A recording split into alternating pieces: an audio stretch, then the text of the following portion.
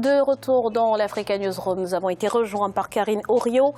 Bonsoir, vous êtes Radila, journaliste camerounaise. Merci d'avoir accepté notre invitation. Nous sommes toujours en compagnie d'Aboubacar Lalo, professeur nigérien, et de notre éditorialiste Malik Acher. Place tout de suite à notre dossier du jour.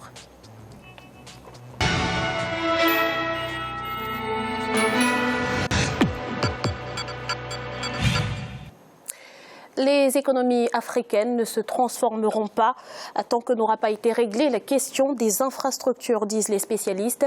Au Niger, le défi est de taille. Dans le département de Terra, par exemple, la faiblesse de l'offre des services de transport, la vétusté des infrastructures et le difficile accès aux moyens de transport sont décriés par la population. Regardons ensemble ce reportage d'Emefa Kofi, notre correspondant, et on en parle juste après. Principal mode de déplacement au Niger, le transport routier est incontournable dans les échanges interurbains et transnationaux. Les routes et les transports jouent un rôle majeur dans le développement économique et social au Niger. Vaste pays sans littoral. L'économie est dominée par le secteur primaire. Plus de 80% de la population vit de l'agriculture, de l'élevage et du commerce. Mais la population rurale reste majoritairement sans service de transport moderne. Moins de 10% des ruraux nigériens utilisent l'automobile pour leur déplacement. Du fait de la faible concentration de la population, la demande est dispersée. Ainsi, les difficultés dans la mobilité des personnes et des biens constituent un des obstacles majeurs à l'amélioration des conditions de vie des populations nigériennes, surtout en milieu rural. Cette situation est particulièrement cruciale au Niger et spécifiquement dans le département de Terra, où la faiblesse de l'offre des services de transport, la pauvreté des infrastructures et le difficile accès aux moyens de transport sont des problèmes récurrents pour les populations. Le territoire départemental de Terra est sous-équipé en matière d'infrastructures de transport. En plus du dysfonctionnement des services départementaux de gestion du transport, les difficultés de communication handicapent le développement socio-économique du département. Malgré les efforts de l'État par le rechargement des couches et le rétablissement des voies coupées, l'infrastructure demeure très insuffisante. Le délabrement de celles qui existent constitue un obstacle au développement départemental. Transporteurs et voyageurs ne savent plus à quel sein se vouer. La route qui mène à Terra a beaucoup de problèmes. Deux véhicules ne peuvent pas se croiser, un gros porteur et un petit camion ne peuvent pas passer ensemble. Il faut obligatoirement que l'un cède le passage à l'autre. Nous voulons que cette route, qui est la seule, soit arrangée. Le transport nous coûte cher puisque les routes que nous empruntons sont difficiles. Nous avons de vieilles voitures et nous les utilisons pour parcourir des villages qui n'ont pas de route. Nous nous rendons très souvent au garage pour des réparations. Nous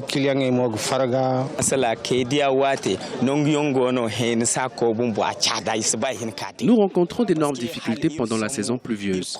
L'impraticabilité des routes menant au marché fait que le transport nous coûte très cher et du coup, ça a un impact sur les prix de nos marchandises à la revente.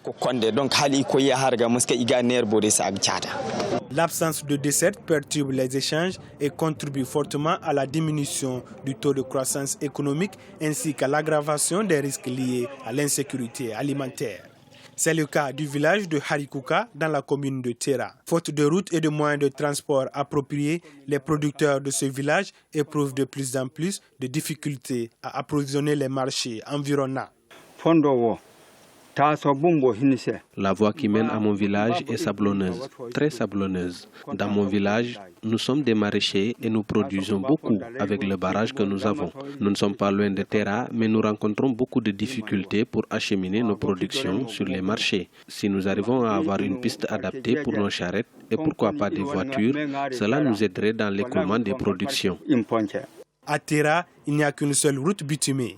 La section de la route nationale numéro 4 allant du quai du Bac Farié à la rive droite du fleuve Niger jusqu'à la frontière avec le Burkina Faso en passant par la ville de Terra sur un parcours de 152 km. En 2010, la ville a bénéficié de 2 km de voirie. En dehors de la route internationale qui quitte Niamey pour aller au Burkina Faso, qui traverse les communes de Goté, Namaro, les communes de Dargol, la commune de Terra, celle de Banclaré et à la frontière avec le Burkina Faso. Donc cette route, elle est construite, elle est vraiment bonne, elle est praticable. Aujourd'hui, le trafic est intense. De la commune vers les autres hameaux, on a énormément de problèmes. On a 2 ou 3 pistes praticables à mi-temps. J'appelle mi-temps, c'est-à-dire que pendant les saisons pluvieuses, certains hameaux sont totalement coupés de la commune. Parce que tout simplement, les routes sont impraticables, il n'y a pas de voie d'accès. Selon les techniciens, la principale raison de l'insuffisance de routes et leur mauvais état s'explique par un déficit organisationnel des services techniques locaux. En majorité en terre, les routes sont soumises à un assablement trop permanent, d'où une détérioration trop rapide des ouvrages dus surtout aux eaux de pluie drainées par les rivières. Sur le réseau de routes en terre, le problème existe.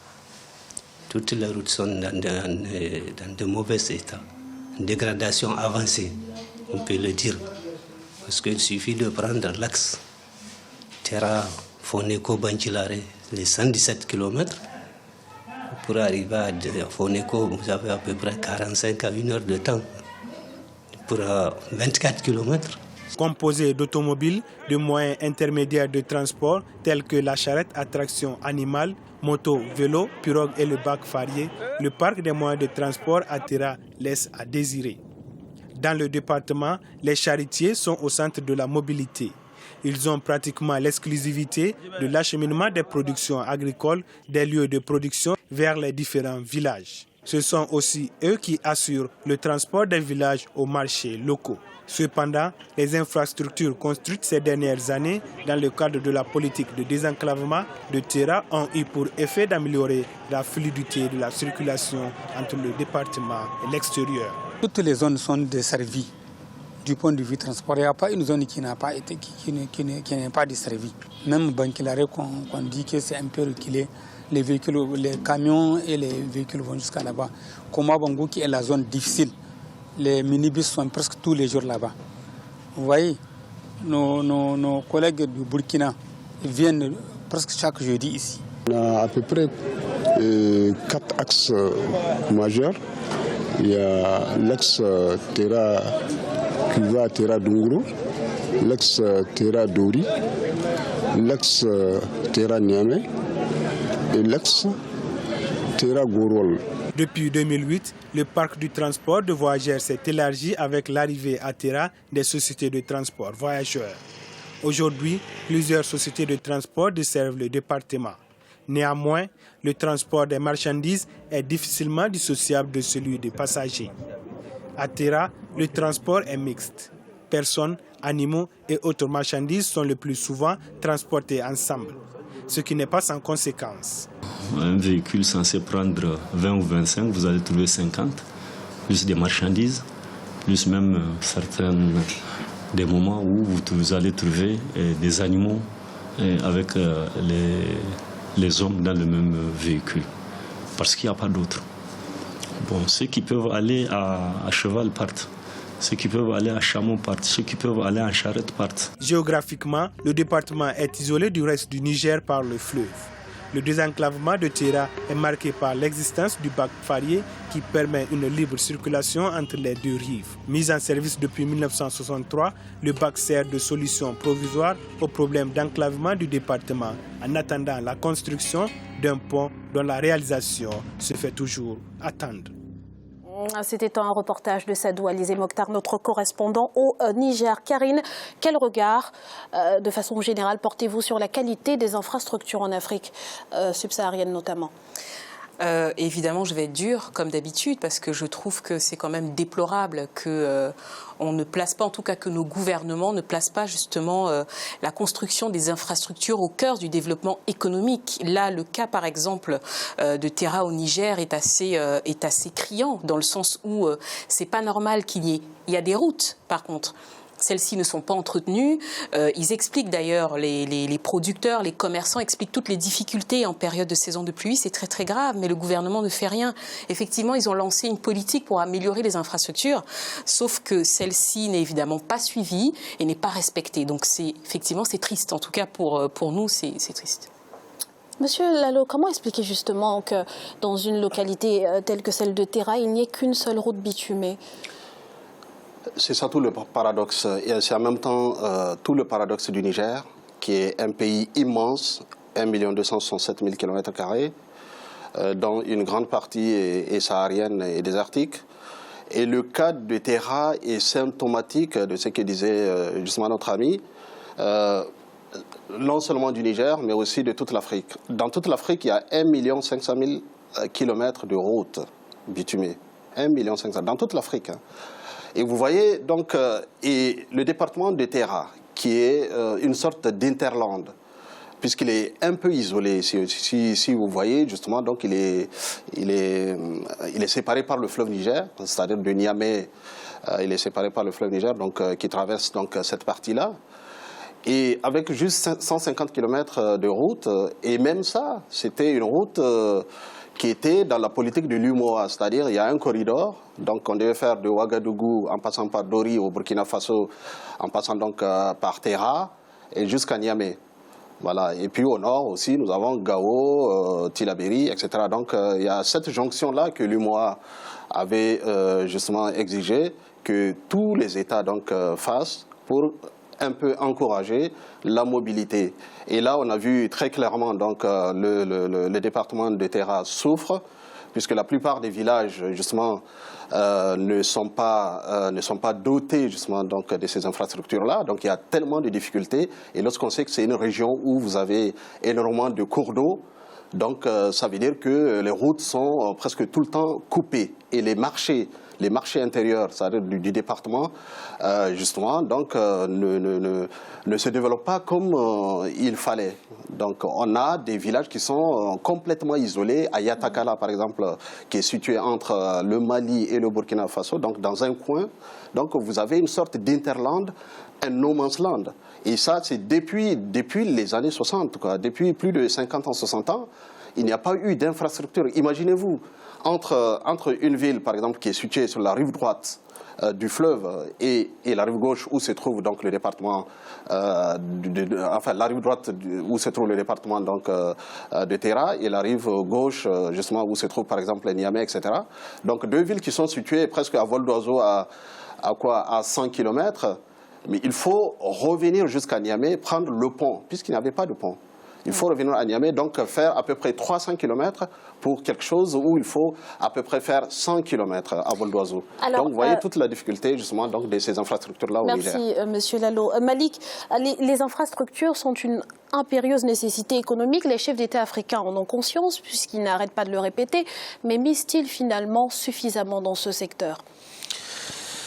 Alors Graziella, une mise sur ce secteur, effectivement, quand, je dirais, il est de leur propre intérêt, ou du moins d'un intérêt qui n'est pas l'intérêt général. Je pense que nous savons bien que dans les zones où les richesses sont nombreuses, les routes sont là. Pour les mines, pour extraire les hydrocarbures, les routes sont présentes. Pour les régions qui sont beaucoup plus agricoles, il y a moins de routes et il y a une absence de volonté politique. Et pourtant, l'agriculture, qui est délaissée dans beaucoup de pays africains, et notamment dans les pays de la zone subsaharienne, devrait être beaucoup plus dotée en infrastructures. Ces régions sont le véritable moteur, je dirais, du développement économique. S'il y avait un tant soit peu de volonté politique, nous ne connaîtrions pas ce problème qui est vraiment latent. Il y a cette volonté justement des organisations régionales, l'UMOA, de créer des corridors. Et je dirais que le corridor que vous avez décrit est très, je dirais, perspicace dans le sens où on pense toujours corridor vers les ports, alors qu'il faudrait développer les corridors intérieurs, notamment l'axe justement que vous venez de citer, Terra, Ouagadougou et sur la façade atlantique. Niamey aussi, mais sur la façade atlantique. C'est beaucoup plus pertinent. Mais on a ce constat qui est triste, ce constat qui est toujours le même, c'est qu'on a des gouvernements qui sont peu enclins à développer ces régions qui sont agricoles, ces régions qui sont pastorales aussi, il faut le dire, parce qu'il y a aussi le pastoralisme qui est important au Niger et qui pourrait notamment être un vecteur aussi de création de richesses. Ce sont des secteurs qu'on a toujours mis de côté On a toujours misé sur les mines et les activités extractives, alors que ces populations-là, elles en ont besoin. Pourquoi ? Parce que s'il n'y a pas de développement économique, il y a de la misère sociale, il y a une forme de désespérance qui peut amener où ? Qui peut aller même vers le terrorisme. Et nous savons que cette région, sur le plan sécuritaire, est très instable. Si nous ne focalisons pas l'attention sur le développement économique de ces régions reculées, c'est le terreau du terrorisme, c'est le terreau de l'insécurité. Nous avons des frontières qui sont poreuses et ces jeunes-là qui désespèrent, parfois sont obligés de quitter leur terre et partir ailleurs. Donc il faudrait s'atteler vraiment au développement de ces régions enclavées. Alors, Karine, pour relever le défi des infrastructures, il y a peut-être aussi la nécessité d'une approche régionale.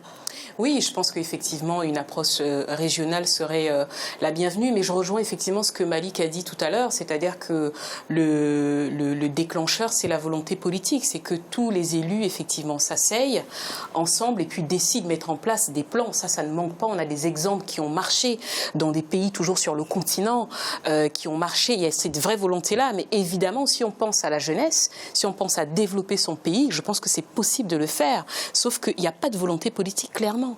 Elle n'est pas là, elle est inexistante, quoi. Monsieur Lalo. Oui, là-dessus, effectivement, lorsqu'on parle du développement local, c'est là toute la problématique, justement, des infrastructures routières, par exemple, par excellence. Même s'il y a des avancées, là, il y a un pont qui est en train de se faire, justement, donc pour remplacer le vieux bac là, que vous avez vu à Farié.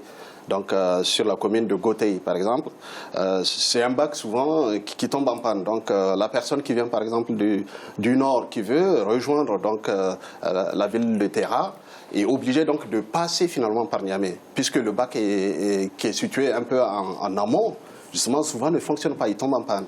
Voilà, donc c'est un bac, vous l'avez vu, qui est vieux d'une 50aine d'années. Qui a été délocalisé de Niamey pour servir donc à Farié. Donc le développement local, c'est ça l'essence même, sans infrastructure.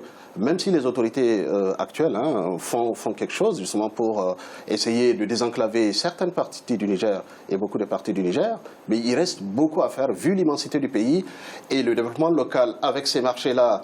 Malik l'avait dit, effectivement, c'est une zone agro-pastorale où on fait l'agriculture et l'élevage.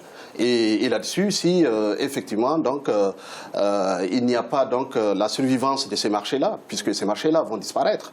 Et on est à 175 km de Niamey, Niamey qui exerce une sorte d'emprise vampirique donc, sur les autres régions. On a ce qu'on appelle la macrocéphalie urbaine, c'est-à-dire Niamey va tout absorber.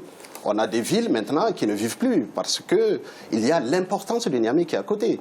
Et là-dessus, comme on l'a dit, il y a des risques, effectivement, donc des dérives des jeunes donc, qui n'arrivent pas à aller vendre leurs produits, etc., qui n'arrivent pas à faire du transport, puisque là, les moyens de transport, finalement, ce sont ce qu'on appelle donc, les moyens intermédiaires de transport, c'est-à-dire c'est la charrette. C'est-à-dire c'est un peu les vieux camions que vous voyez là, et puisque les bus ne peuvent pas aller. Il y a un seul bus donc souvent qui va là-bas, la STV, et ce bus-là, ce n'est qu'un bus donc, de transport de personnes. Parce que vous ne pouvez pas mettre, effectivement, juste un mot, vous ne pouvez pas mettre votre sac de céréales, vous ne pouvez pas mettre votre poulet ou un animal, par exemple. Merci, et c'est ça que les gens ont besoin. Pour toutes ces précisions.